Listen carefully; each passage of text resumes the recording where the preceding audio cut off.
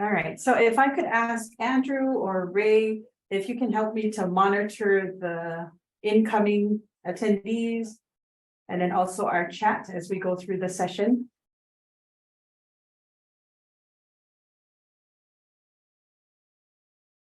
Okay, we'll just give it another 30 seconds before we get started.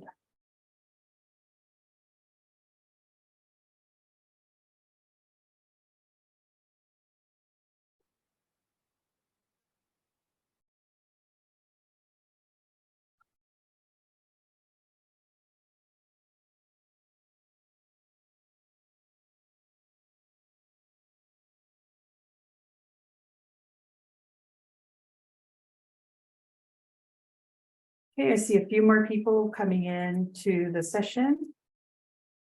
So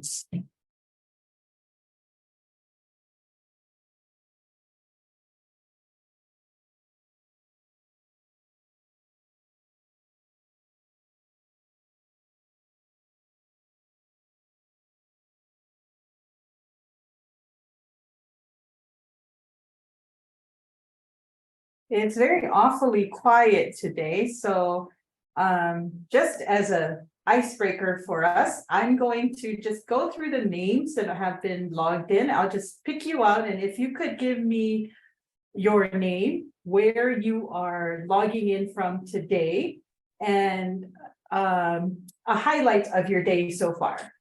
So I'm going to start with, let's see, Katie.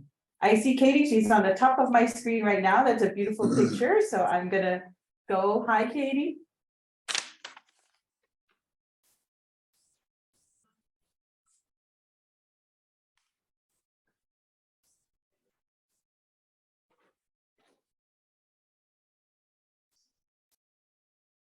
Oh, I cannot hear you. Katie, name, where you're coming from, and the highlight of your day so far.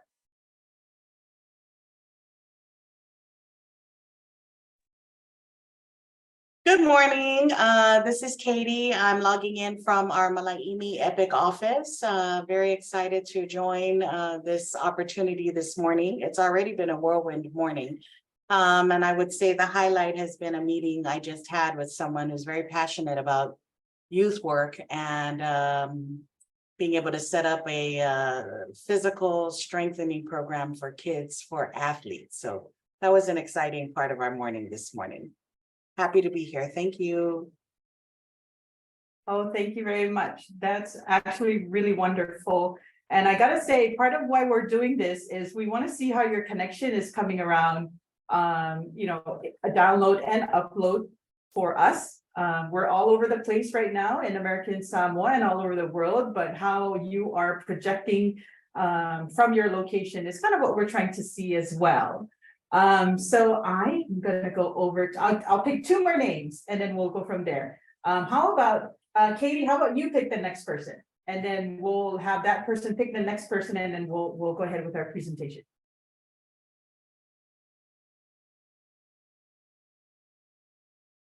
Quite killer assignments at Ginger out. Who shall we pick on this morning? There is Mr. Taase. How about we hear from Mr. Taase? Must be from the east side. Man, I was trying to stay as quiet as I can. Talofa, this is Bounce Taase, what I say from the E-rate office, Department of Education. Exciting this morning just to be part of this group and to be able to have this funding. Glad to be on board. Thank you. Thanks, Bone. You got to pick the next person. Oh, yes, I see my friend in here. Lydia Nomura. You're it.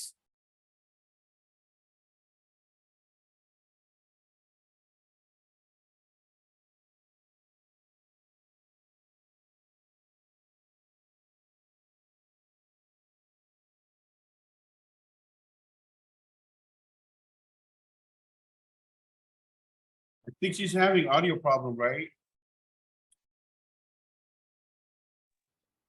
The sound is pretty good. I can hear it loud and clear from San Diego, California. And I think Lydia's saying that she's having issues with her sound on the chat. Okay, well, then I will pick the last person and then we will get started. I'm gonna go down to Major Ayumu. If you're just joining us, we're just doing your name, where you're coming in from, and then kind of a highlight of your day so far.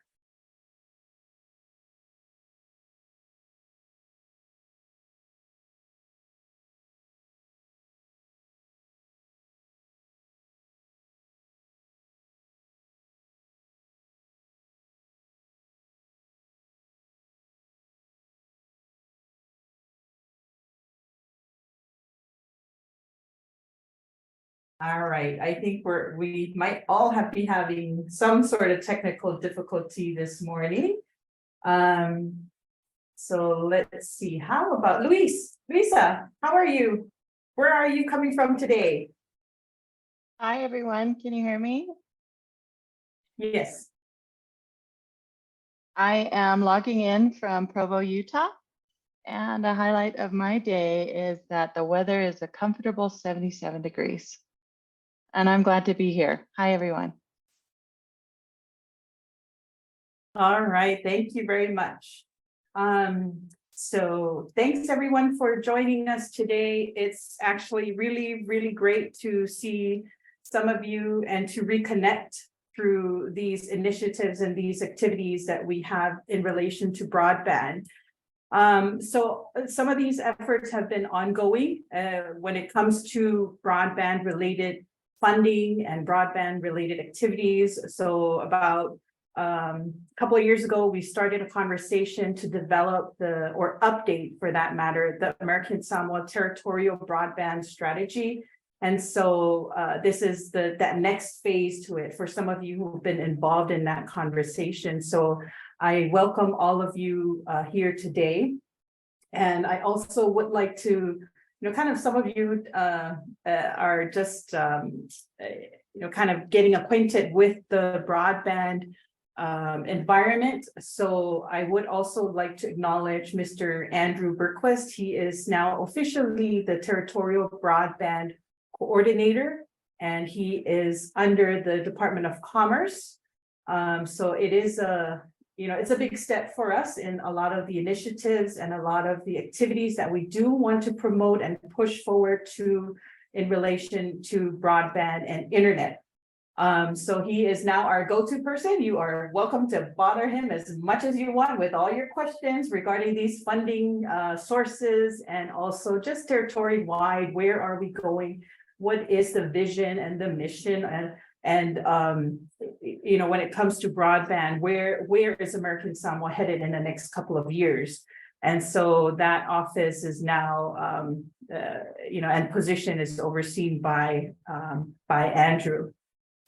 I also see on the call that we do have Mr. Ethan Lake, who is the Federal Program Officer.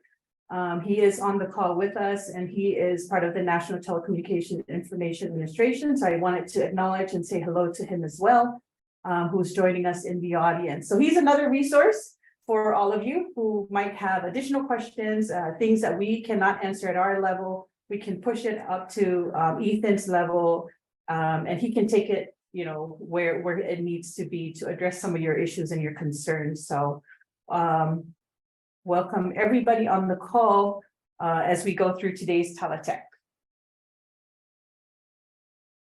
Okay. All right, so just kind of a brief overview of this newly established territorial broadband coordination opportunities, redevelopment, and deployment office. So you'll hear these words being thrown around, but it is a newly established office called the BEAD office, and it's established under the Department of Commerce by Governor Limanu via executive order earlier this year. So it's fairly new. It was formally established in March of 2023, but it has the responsibility to support, right, and these territory-wide efforts on broadband. And that's a whole span of issues, not just the development itself, but also the social aspect of broadband. So the responsibility of this office is across the board. And so it also, goes out to look for funding sources to progress towards a lot of these programs that we talked about in the American Samoa Territorial Broadband Strategy. A lot of you identified priorities within your areas in that document. So that's the basis of this next phase of implementation and development when it comes to broadband. As we've spoken a lot about what are those principles of operation that we have as part of the territorial broadband initiatives across the board. And so we've adopted these as our modes or principles of operation. All of our projects, all of our initiatives that come out of the BEAD Court office or the governor's office are going to operate in these principles. We are looking for projects that can make broadband affordable, that encourage literacy programs for digital literacy, technology literacy, that encourages responsible governance and strong institution, that encourages create reliable connectivity and access. And also maybe ensuring that with all this technology and all this broadband that's coming into American Samoa, that our people and the use of it and the adoption of it is secured and safe. So all of these principles of operation is what we are operating on. And so the BEAD Court office has a bunch of projects that are going on.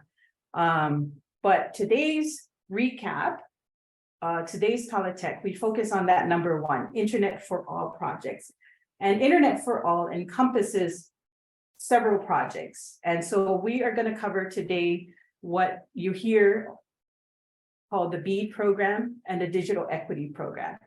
And then over the last couple of weeks, and will continue as well, the BEAD Court office is hosting weekly office hours.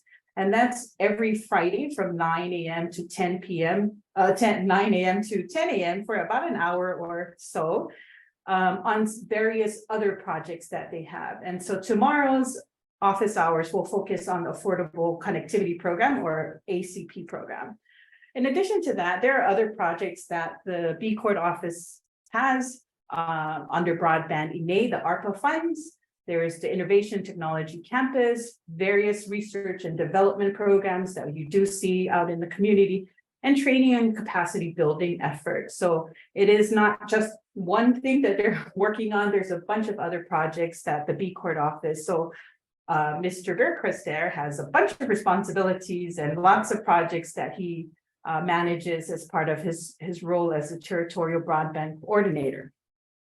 And so particularly for today's call, we want to focus on two projects, and that is the BEAD project and the Digital Equity project.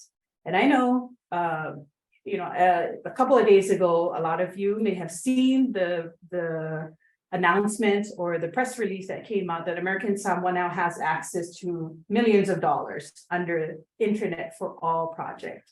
And so today we will go through some of the specifics for the BEAD project and the Digital Equity projects. Oh, there you go. So, a couple of days ago, June 26th, right, American Samoa released a press release that said American Samoa now has over $37 million allocated to them for high-speed internet. And so that's funding, right? That's how much we're getting under these programs. So I'll come back to this slide, but what is the BEAD program? So Broadband Equity Access and Deployment Program. And so this is a bipartisan program that looks at how do we get everybody online, right? So American Samoa has one of the best broadband infrastructure there is as far as your Hawaii cable, as far as your on-island blast network. And so this is that next step, right? So what are then the gap areas that we can look at? throughout the island itself? Are all the locations, do we have what is being defined as high-speed internet? Are people able to successfully use and access the internet? Are we able to safely and comfortably use devices to access internet? So you're looking at a span of different programs and efforts, but the BEAD program specifically prioritizes what is defined as unserved locations and underserved locations. And so it is infrastructure, right? You're looking at infrastructure projects and how can we, as a territory, get those areas that are considered underserved, that has no internet at all, or has access to those speeds that you see there, 25.3 up and down, and then for underserved areas. So the funding priorities have already been defined as part of the project itself. The funding allocated to the states, that $37 million that you saw in the previous slides, it's designated to be sub-granted. So meaning American Samoa or Department of Commerce BEAD Court Office will receive this millions of dollars, and then we will establish a process that then says, okay, well, now but organizations can then apply for these fundings for projects that prioritizes underserved locations. So that's a high level understanding or explanation for it. So what are the BEAD funding priorities? What can this $37 million fund? So they're looking at infrastructure and non-infrastructure projects. And the program has also identified these priority areas. Priority number 1 is deploying and upgrading internet in connection with what they define as unserved and underserved areas. Priority number 2 is deploying internet infrastructure to community anchor institutions. And what we're defining as, not us, but the program itself is defining as community anchor institutions are schools, are health organizations, are libraries. So those are what they're considering community anchor institutions. And then looking at priority 3 are your non-infrastructure projects. You can look at it like that. So your installation of internet or subsidizing the cost of internet in your residential multi-resident buildings. So if you have housing areas that need internet, so that's a eligible funding priority. So there's also opportunities for data collection or broadband mapping and planning projects. There are also broadband adoption projects that encourage the equitable parts, right? Equitable use of internet or adoption of internet. There's also opportunities for training and workforce development projects. Let's say for cybersecurity. So there you can propose a project that is related to that trains people on cybersecurity. So things like that are all eligible. And then other uses that are outside of this, but could be requested for review and approval by NTIA. So who's eligible to apply? Who can apply for funding as sub-grantees for the BEAD project? And you're looking at internet service providers, you have nonprofit organizations, you have public-private partnerships, local government, and various other entities that are eligible for these fundings. So if you're familiar with other DOC projects that have a similar setup like CSBG projects or ARPA funds, right? So it's similar framework so that we can distribute the funding based on approval and eligibility of your organization and how well you match the priority that are listed for these projects.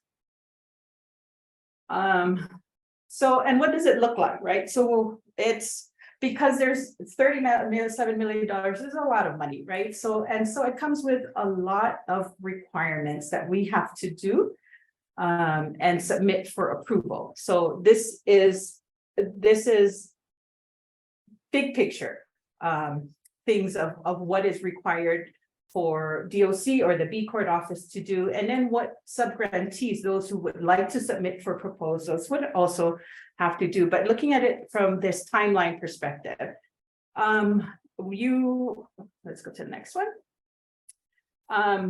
So where is American Samoa in all of this, right? So there's several different requirements that need to be done. One, where we are today is the 5-year action plan. And that is coming up. And the 5-year action plan is where American Samoa will say, these are our priority areas. Based on the priority number 1, number 2, number 3, that has already been established as part of the program requirements. But specifically, this is where American Samoa would like to spend the money, right? So, and this is how we're going to do it. So right now, the B Court office is working on the 5-year action plan, and those are your priorities and goals for the BEAD program. And that is coming up, and it's due August timeline, back for review. Then the next part to that is NTIA goes through their review process, and then American Samoa will develop the initial proposal. And that initial proposal then kind of specifies, right? You have the high-level document of your plan of what your goals and objectives are. Then you go down to the next level to say, here are our proposed activities, so to speak. And that's going to go into your initial proposal.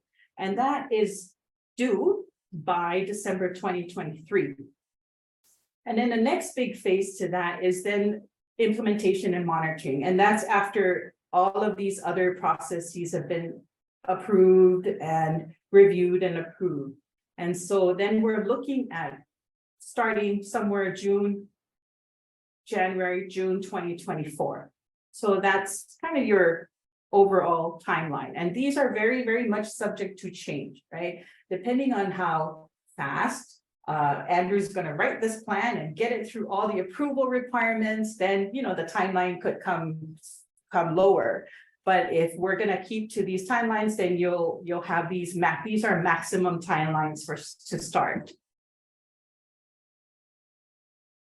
So that's where we are with the BEAD program, specifically BEAD program. And so the next program that we will talk a little bit about, and then we'll leave the end for a few questions and comments, is the digital equity program. Thanks, Ginger. So I'm going to talk a little bit about the digital equity program this morning. In total, it's another pretty large program that NTIA is offering, also under the bipartisan infrastructure bill. In total, there's about $2.75 billion in funding. However, that amount is split up into 3 distinctive programs under this particular allocation. So essentially, we are basically in the planning stage. June 1st, I believe, is the date that the territory received $150,000 for planning. So we're in that state planning area of that $60 million, and we'll be working on that for the next 12 or so months to finalize our territorial plan. This timeline is geared specifically for the states. The territories have a slightly shifted timeline. But there isn't very much variation in that. Go ahead and go to the next slide, Ginger. Thank you. So as I was mentioning, there's 3 distinct programs under there. So the state planning program, which is where we're at right now, is the $60 million formula grant to the states, territories, and tribal governments. So of that allocation, as I noted, we received $150 million. State capacity programs are the formula part of the grant. So similar to the BEAD program, which Ginger just covered, we are going to receive a dedicated allocation. At the moment, we believe that amount to be about $3 million. I'll cover that a little bit later. But that'll be kind of our piece of the state capacity program to implement our digital equity projects as we will outline in our digital equity plan. And then in addition to that, there is a third competitive program of 1.25 billion where eligible entities will get to directly apply for annually funded grant programs to help with the implementation of various digital equity projects. Go ahead and go to the next slide, Ginger. Oops. Great. Okay, so I wanted to dive a little bit deeper into kind of the target groups for eligible entity and what those potential projects might be. So digital equity is essentially funding that is focusing on the lack of affordable and reliable high-speed internet for certain covered population groups. For these particular programs, there are no matching fund requirements, which is really great for the territory and its sub-awardees that will eventually come down the line. So the target groups, and really, in my opinion, this encompasses the majority of our territory. So we're in pretty good shape there, but is low-income households, aging populations, incarcerated individuals, veterans, persons with disabilities, people with language barriers, racial and ethnic minorities, and rural inhabitants. And for us, rural inhabitants is really that obvious target group coverage for us, although we do fall into the other categories as well. So potential projects that we're going to be able to fund under this funding is really the development and implementation of our digital equity plan. As I mentioned, we did just get this award back in June, and we are concurrently running this project with our other B-Cord initiatives. So we're just ramping up, and we're hoping to have a little bit more information on that later. There will be sub-awards available to help with developing and implementing these digital equity plan projects. Improving accessibility and inclusivity of public resources, which is another a big one. Examples of this might be we've already started doing business licensing online, for example. Improving individual accessibility to other public services and public resources via internet access, just as an example for that. Digital literacy and skills education for covered populations. I know Ginger tapped on this a little bit in the BEAD project. There are some overlap areas. This is where the bulk of that funding is going to come from, and where many of our existing nonprofits can probably also really help with facilitating this. And this is really reaching out into the community and addressing digital literacy, education for how to use anything from computers to tablets to devices, or even doing more complex things like understanding how to use various products, as well as specific skills education for these covered populations, which could be technical training. It could be getting ourselves maybe more into more cloud-based education for the IT side on the more technical side. And then lastly, facilitating the adoption of high-speed internet by these covered populations, which again is likely our opportunity to take a look at our high costs here in the territory of high-speed internet access and how we can work to supplement programs similar to ACP and Lifeline. Go ahead and go to the next slide, Ginger.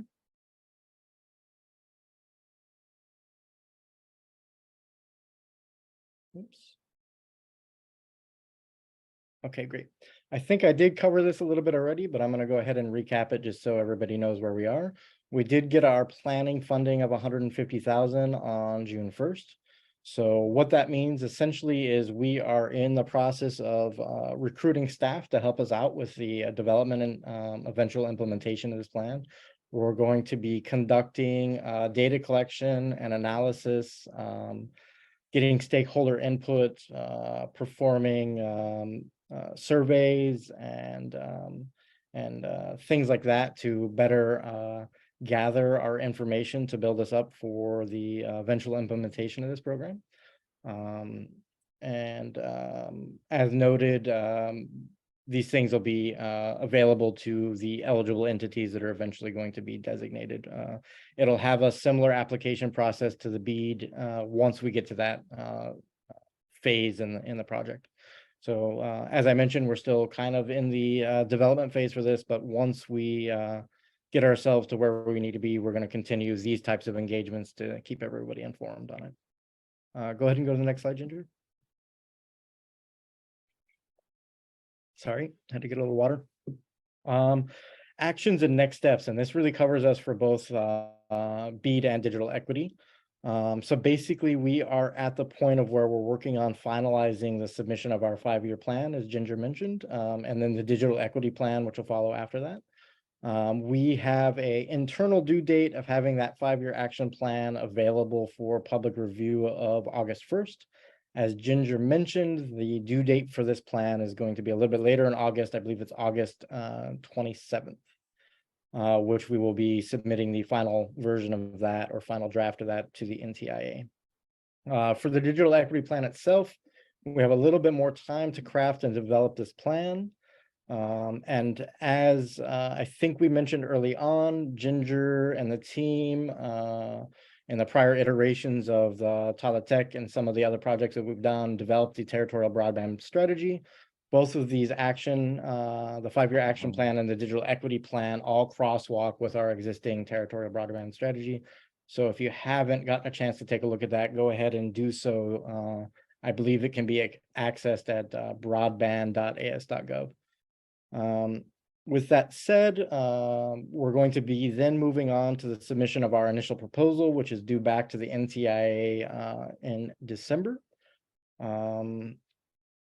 After that, we are hoping that we're hoping to work towards fast tracking this so things can be a little bit faster. But we anticipate that we'll be able to start accepting subgrantee proposals for the BEAD program by January of 2024. If and when we get our other requirements submitted back to the NTIA and we get the approval from them to proceed with the project. So with that, we anticipate a tentative release of funding and awards to subgrantees somewhere in the January to June timeframe of 2024 for the BEAD program.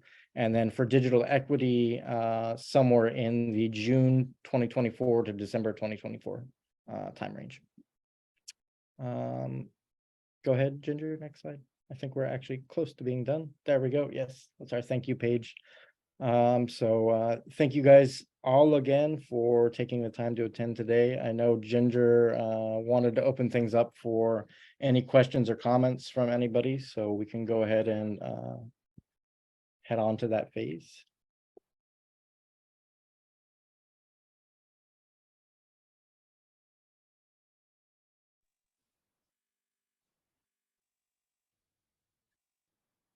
We can open it up. You feel free to unmute yourself and ask your question, or you can drop it in the chat. These slides and the territorial broadband strategy will be shared with everyone on email. So after this call, we will send it out so you can kind of review it. The recording of this presentation as well will be made available to you. We'll share the link also on our Facebook page, so you can access the information publicly as well. So that's if you need additional time, but if there are any burning questions right now, please feel free to unmute yourself or drop it in the chat. I don't have any questions. This is Tama, but I appreciated the part of this. I was trying to be incognito as much as I can, but thank you, Ginger. Thank you, Andrew, for the presentation. Great presentation. And good luck to you guys. I hope everything will work out fine the way you are planning. But there's one thing that's bugging me. It's not related to the subject matter. On the Samoan translation of the Talanoa Fa'ate Konolosi, is that meant to be the Talanoa democracy? On the name of the session, Talanoa, as in discussion, right? It's a casual conversation about technology. So that's Oh, yeah. Oh, okay, so it's a technology, not democracy. Oh, yes, it's technology. So for technology. Yeah. Okay, got it. Yeah, It was that's bugging me the whole time, but now I'm all good, 110%. And thanks again, you guys, and say hello and goodbye to all of you. Have a great day and God bless.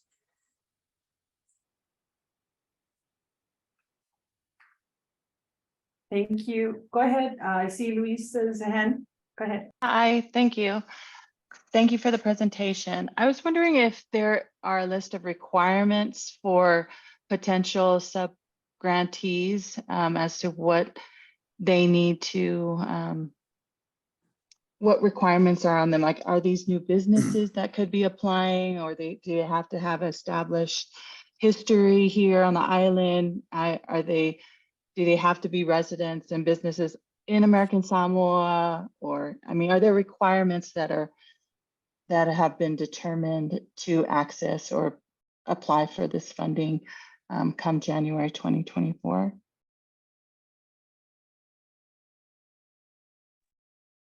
Sure, Andrew, you want to take that, or I can start? So thank you for the question. Go ahead. No, go ahead, Ginger. That's a great question. So the requirements, the specific program requirements for subgrantees are being developed. That's part of why we are doing the 5-year plan. And then the next phase is the initial plan. And those definitions are also where we will come back to this group to get those, to get input. So there was, I'll add there was a question in the chat if we are going to have an opportunity to review some of those things before they do go to NTIA, and the answer is yes. And that is also then inclusive of these requirements and the process. I will add that there is, as part of this whole effort, there is a challenge process in which if there's a challenge, right? If there's an organization that would like to provide additional input or to question what the requirements are at this local level, there's an opportunity to do that as well. So we will try as much as we can to push out the information so that by the time we do submit these requirements to NTIA, that everybody will have had a chance to provide input to the document itself. But to answer your question, Luis, that's being developed right now. And then we're hopeful that we can get everybody's input to have some of those requirements. Thank you. The reason I was asking is it seems like this type of funding would appeal to potential ISPs and other companies that aren't currently on island that would probably want to come here and set up and start up. And I just feel like perhaps our local, vendors and businesses should have at least priority, as opposed to appealing to people not here that may have the requirements or the sophistication to develop these, but I just want to make sure that there's a local preference involved in issuing and reviewing potential candidates for subgrantees. So thank you. Hey, Ginger. Go ahead, Ray. Can I just add, that's part of also on the initial proposal that's supposed to be submitted. The initial proposal is to also include the process in which the subgrantees are going to be awarded, and also the process of selection. So all of that will be defined as part of that initial proposal that's due once we have the 5-year action plan. So all of that would have to be put together as part of our initial proposal on how the selection, and then also what Ginger was mentioning, the challenge process. So all of those parameters will be defined as part of that initial proposal that will be due back to NTIA. Thank you, Ray. And so I also wanted to mention that Ray is the Chief Technology Officer for American Samoa government. So he's also another great resource for us as far as you're developing your projects or, kind of technical expertise as part of this group. So I encourage everyone to make use of our local people, local smarts.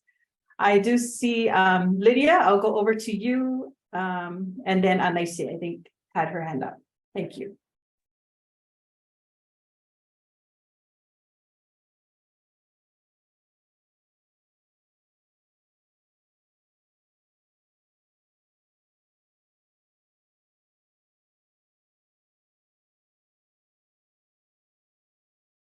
Lydia, if you're speaking, we are not able to hear you.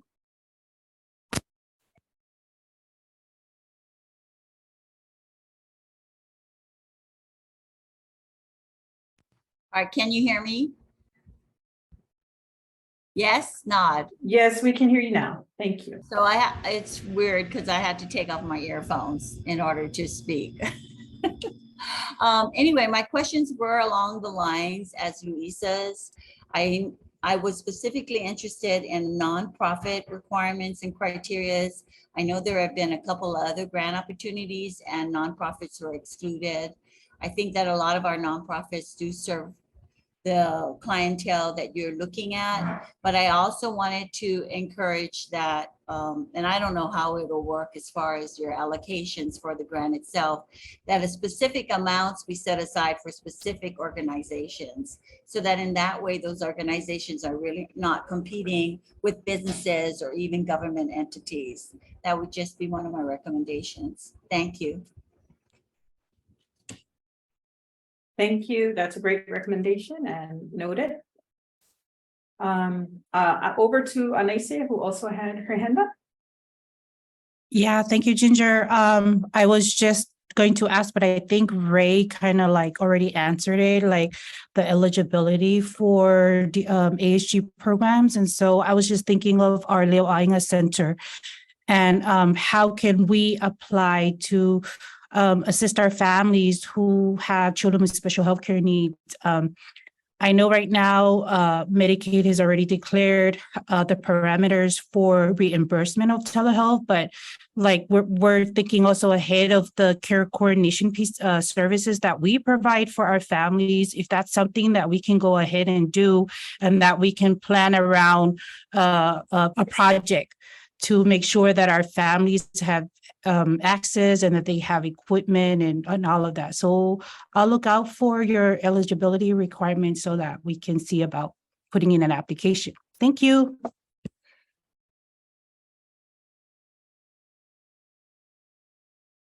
Hey, thank you, Dr. Uso. I think those are great opportunities. And so we look forward to furthering our discussions, right, in these requirements and defining these requirements. So the base requirements are available also for your review, and that's part of the notice of funding opportunity, or the NOFO that was released by NTIA. So that's, we'll include that as the mail out to all of you as part of today's wrap up. And that you can take a look at. It is a 98-page document, so it takes some time to digest all the requirements that are already defined in it. And then the next tier of requirements will be defined in our 5-year plan, action plan, and initial proposal. So it's ongoing progression towards what we then will use to develop our own programs locally at a territory level. Okay, any other questions? I see Lydia's hand up. Go ahead.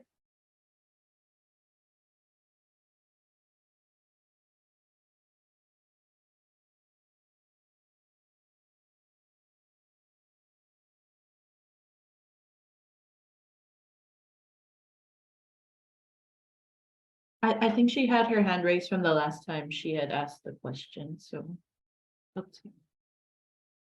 Okay, thank you. Katie, I see Katie's hand up. Go ahead. Hi, not so much a question, but just maybe a comment for food for thought as you're going through the planning process. What I appreciate seeing the category of anchor institutions, community anchor institutions, and the concept of access points. One thing that was difficult and challenging for us as a community service provider, for example, the 1602 program. the target population is low-income families. But they would not allow us as a victim service provider to be able to apply for housing for domestic violence victims as a program or an entity. The person had to be eligible on an individual basis, you know. So I just want to put that out there. I know you probably have different components.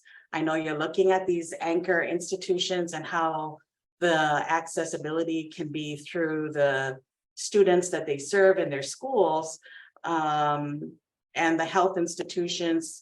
But also as providers, we have a list of clients and families, kind of like what Anaisa was talking about, and how we can make sure that we also serve as access points and can facilitate making sure that our clients and their families have access in their residential homes and not just where they're getting the services. I don't know if that made sense, but I just wanted to put that out there. Thank you very much.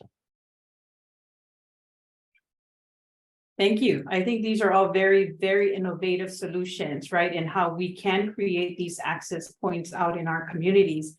And that is part of the overall goal of BEAD, is for us to have these hotspots, right? Hotspots areas, Wi-Fi connectivity across the island, and making sure that not only do we have access to the internet, but we have access to what they define as high-speed internet. So I think these are excellent, innovative solutions and projects, potential projects. So any other questions or recommendations and comments from the group?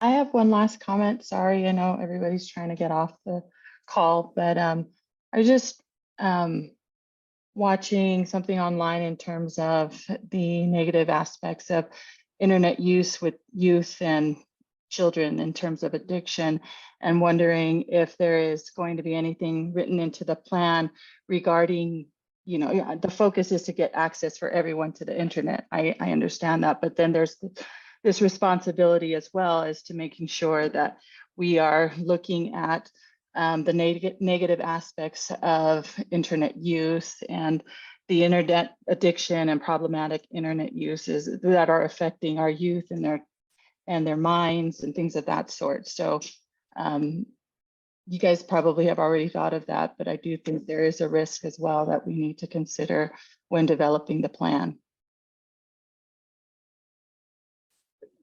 Absolutely. I think those are, you know, as part of our equity component of it, that is a big component of the social aspect, right? So we are looking across not just the technical builds, but also the impacts in the community at all different population types. And so definitely we will have a focus, right, on the write-up as well for that. The other component that I will share with everyone are our climate infrastructure projects as well. So a part of our effort is to be climate sensitive, right? So all of our projects, we are aware and of these developments as well. So that's another project that, or at least another component of the plan too, that we'd like to incorporate as part of our efforts, and that we've heard from other stakeholders that they'd like to see more of a focus on climate awareness project when it in relation to broadband infrastructure built and the social impacts. So thank you for that. I thought I saw another hand up earlier. Dr. Uso, was that you? Oh, that was just a thumbs up to Luisa. I agree. Great, thank you. Wonderful. Any other final thoughts from anyone in the group? Got my thumbs up too. Wonderful. Well, everybody just give a thumbs up then on your reaction bar if you're in front of your computer, and give me a thumbs up. And that's Looks good to me.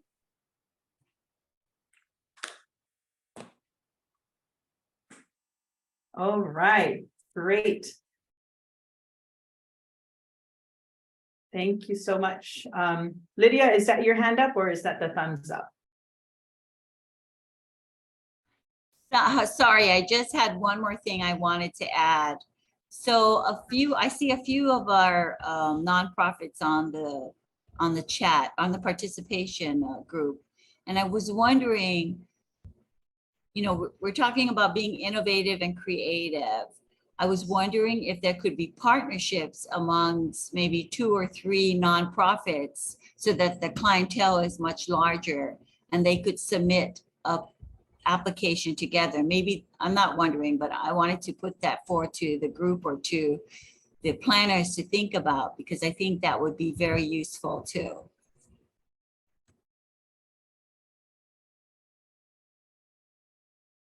Absolutely. I think that's a great approach. Partner up to cover a wider population.